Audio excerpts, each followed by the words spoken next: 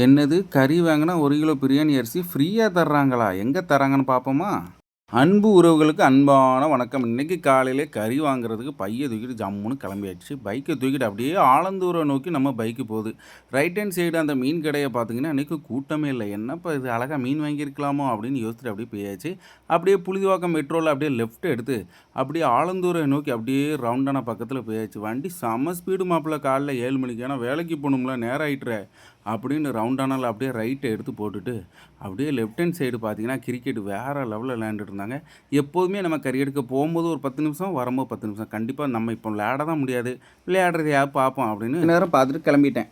Alandur Subway அப்படியே தாண்டினோன்னே first left hand சைடில் தான் இந்த கறி கடை இருக்குங்க. ஃபாத்திமா பீஃப் ஸ்டால்னு கடை இருக்கும். வேறு லெவலில் சிக்கன் எல்லாமே இருக்கும்.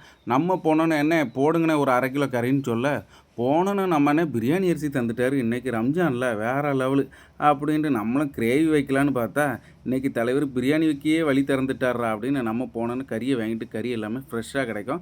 எப்போ போனாலும் இங்கே போய் வாங்கிடுங்க. இன்றைக்கி மட்டும் தான் அந்த கடையில் ஆஃபர் இருக்குது. கண்டிப்பாக மக்களே போய் வாங்கிடுங்க. 1 கிலோ பிரியாணி அரிசி ஃப்ரீ. எவ்வளோ கறி வாங்கினாலும் பரவாயில்ல, 1 கிலோ பிரியாணி அரிசி ஃப்ரீ.